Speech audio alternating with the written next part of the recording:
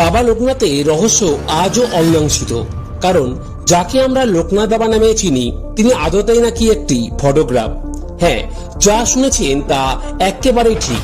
কারণ যাকে আমরা বাবা লোকনাথ নামে চিনি সেটি কেবল একজন মানুষের অনুমান করা ছবি।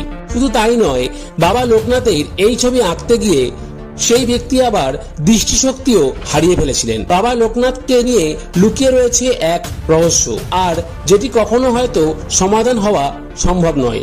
লোকনাথ ব্রহ্মচারী 1137 বঙ্গাব্দ বা ইংরাজি 1730 খ্রিস্টাব্দে তৎকালীন যশোহর জেলার বর্তমান পশ্চিমবঙ্গের উত্তর 24 পরগনা জেলার বারাসাত মহকুমার 84 চাকলা গ্রামে জন্মগ্রহণ করেন। তার বাবার নাম রামনারায়ণ ও মায়ের নাম কমলা দেবী। বাবা মহাদেবের জটা নিয়ে জন্ম হয়েছিল লোকনাথের, তাই তাকে শিবের অবতার মনে করা হয়। একদিন গুরুর আদেশে বাবা লোকনাথ ব্রহ্মজ্ঞান লাভ করতে বেরিয়ে পড়েন পৃথিবী পরিভ্রমণে। আর আশ্চর্যের কথা হলো, বাবা লোকনাথের যে ছবিটি আমাদের চেনা তার উৎস একটি ফটোগ্রাফ। ছবিটি তুলেছিলেন দেশীয় ভাইওয়ালের তৎকালীন রাজা।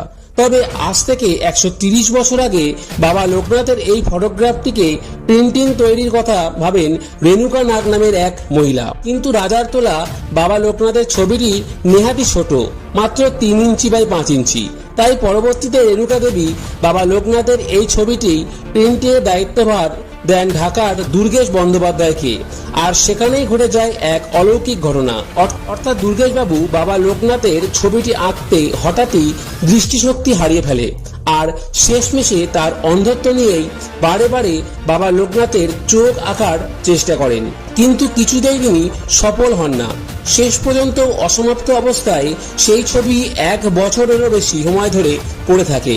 তবে ঠিক 1.5 বছরের মাথায় হঠাৎই দুর্গেশবাবু তার দৃষ্টিশক্তি ফিরে পান এবং চোখ খুলতেই দেখতে পান তার সামনে কোনো এক ব্রহ্মপুরুষ দাঁড়িয়ে রয়েছেন।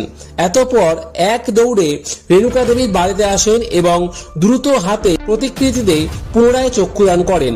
আর সেই কারণেই বাবা লোকনাথের একটি মণি ঊর্ধ্বে আর একটি মণি নিম্নে হয়ে যায়, যেটি অনেকেরই মতে ঊর্ধ্বগামী চোখটি মহাবিশ্ব এবং নিম্নমুখী চোখটি অন্তস্থ জগতের প্রতীক। আর সেই থেকেই মূলত বাবা লোকনাথ আসল রূপ, যা আজও অমীমাংসিত রহস্যের মতো। তবে এই ব্যাপারে আপনার কি মত জানান এক্ষুনি কমেন্ট করে।